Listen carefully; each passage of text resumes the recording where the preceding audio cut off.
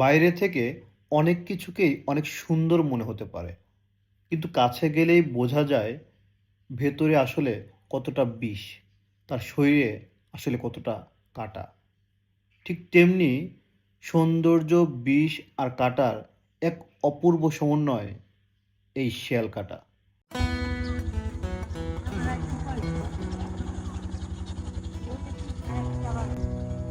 আজকে নদীর ধারে হাঁটতেছিলাম। তো হাঁটতে গিয়ে এই মানে এই ফুলটা দেখতে পেলাম। যখন খুব ছোট ছিলাম তখন এই ফুল এবং গাছের সাথে পরিচয়। আজকে প্রায় দীর্ঘ 20-25 বছর পরে এই ফুলটাকে দেখতে পাচ্ছি। তো এই ফুলটা দেখেন, পাতাগুলো খুব সবুজ এবং কাঁটাযুক্ত, আর ফুলগুলো খুব হলুদ ও খুব সুন্দর। এই কাঁটাযুক্ত হওয়ার কারণে কিন্তু এই গাছটাকে বলা হয় হচ্ছে কাষ্ঠল বৃক্ষ।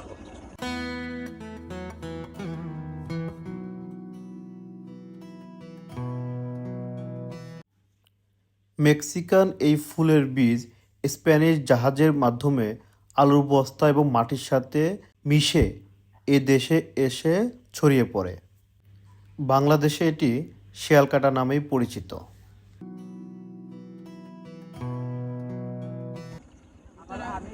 এই যে আমাদের গ্রাম বাংলার পথে ঘাটে আপনার হাঁটতে গিয়ে যেসব ঐতিহ্যগত কিছু ফুলের সন্ধান পাবেন বা আগাছার মধ্যে সুন্দর কিছু ফুলের সন্ধান পাবেন, তার মধ্যে এটা হচ্ছে অন্যতম। দেখেন কত সুন্দর একটা ফুল, তার চারপাশের যে কাঁটাযুক্ত পাতা, এইটার জন্যই কিন্তু এই গাছটাকে বলা হয় মানে কাঁটাযুক্ত একটা ফুল গাছ। তো এটা এক ধরনের আসলে ঔষধি গাছ, এবং সাধারণত নদীর ধারে যে পাড় আছে সেই পাড়ের ঘেঁষেই এটা হয়ে থাকে।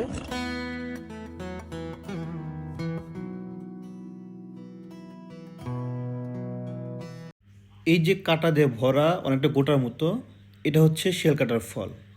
সবচেয়ে অবাক করা বিষয় হচ্ছে এর ভেতরে একদম অবিকল সরিষার দানার মতো বীজ রয়েছে, এবং যেগুলো দ্বারা তেল তৈরি করা হয়। এবং আরও অবাক করার বিষয় হচ্ছে এই তেল একদম হুবহু সরিষার তেলের মতো।